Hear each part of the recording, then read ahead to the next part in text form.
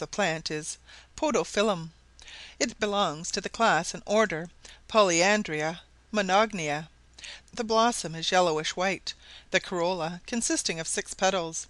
The fruit is oblong, when ripe of a greenish yellow, in size that of an olive, or large damson.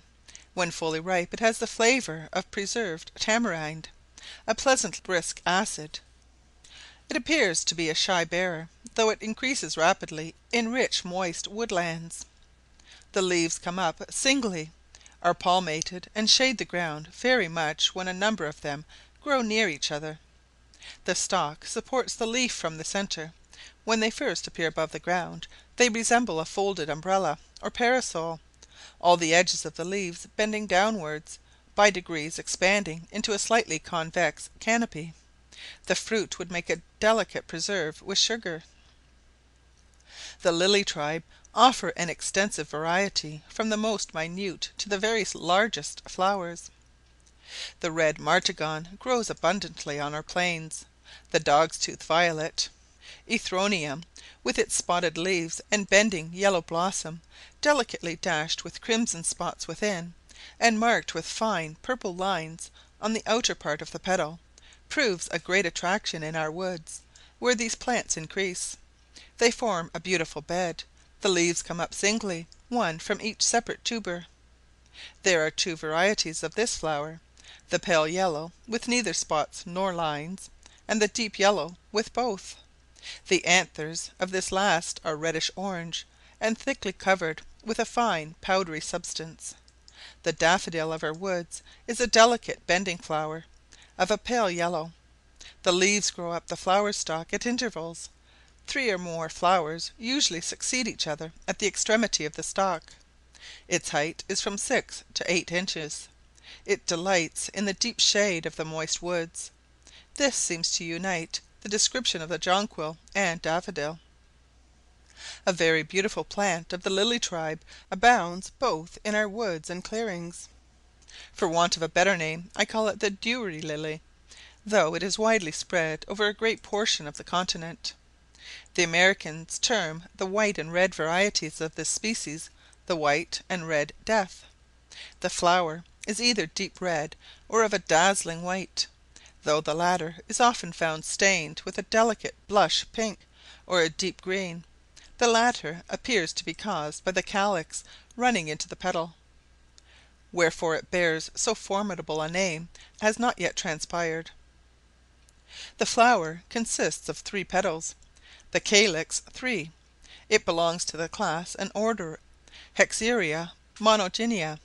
Style 3-cleft seed vessel of 3 valves. Soil dry woods and cleared lands. Leaves growing in 3, springing from the joints, large, round, but a little pointed at the extremities. We have lilies of the valley, and their cousins the Solomon's seals, a small flowered Turk's cap, of pale primrose colour, with an endless variety of small flowers of the lily tribe, remarkable for beauty of foliage or delicacy of form. Our ferns are very elegant and numerous. I have no less than 8 different specimens gathered from our immediate neighbourhood, some of which are extremely elegant, especially one that I call the fairy fern from its lightness. One elastic stem of a purplish red colour supports several light branches, which are subdivided and furnished with innumerable leaflets. Each leaflet has a footstalk that attaches it to the branch, of so slight and hair like a substance that the least breath of air sets the whole plant in motion. Could we but imagine Canada to have been the scene of fairy revels, we should declare that these graceful ferns were well suited to shade the elfin court of Oberon and Titania. When this fern first appears above the ground, it is scarcely to be distinguished from the decaying wood of the fallen pines. It is then of a light reddish brown, curiously curled up. In May and June the leaves unfold, and soon assume the most delicate tint of green. They are almost transparent. The cattle are very fond of this fern. The moccasin flower, or lady slipper, mark the odd coincidence between the common name of the American and English species. is one of our most remarkable flower, both on account of its beauty and its singularity of structure. Our plains and dry sunny pastures produce several varieties. Among these the Cypripedium pubescens, or yellow mocassin, and the C. arietinum are the most beautiful of the species. The colour of the lip of the former is a lively canary yellow, dashed with deep crimson spots. The upper petals consist of two short and two long, in texture and colour resembling the sheath of some of the narcissus tribe.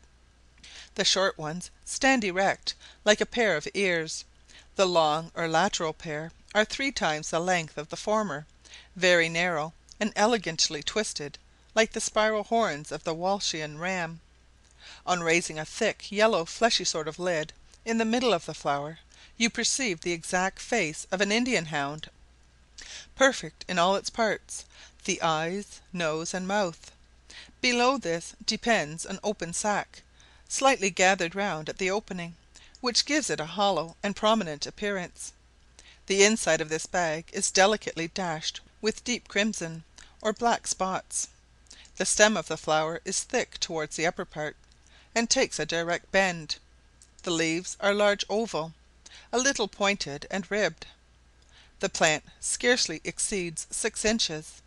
This elegant colour and silken texture of the lower lip or bag renders this flower very much more beautiful to my taste than the purple and white variety, though the latter is much more striking on account of the size of the flower and leaves, besides the contrast between the white and red, or white and purple colours. The formation of this species resembles the other, only with this difference: the horns are not twisted, and the face is that of a monkey. Even the comical expression of the animal is preserved with such admirable fidelity as to draw a smile from every one that sees the odd restless looking visage, with its prominent round black eyes peering forth from under its covering. These plants belong to the class and order Gynandria diandria, are described with some little variation by Pursh, who, however, likens the face of the latter to that of a sheep.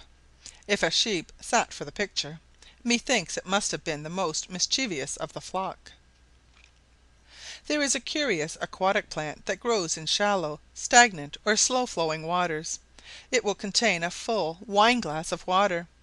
A poor soldier brought it to me, and told me it resembled a plant he used to see in Egypt, that the soldiers called the soldier's drinking cup; and many a good draught of pure water, he said, I have drank from them. Another specimen was presented me by a gentleman who knew my predilection for strange plants. He very aptly gave it the name of pitcher plant. It very probably belongs to the tribe that bear that name.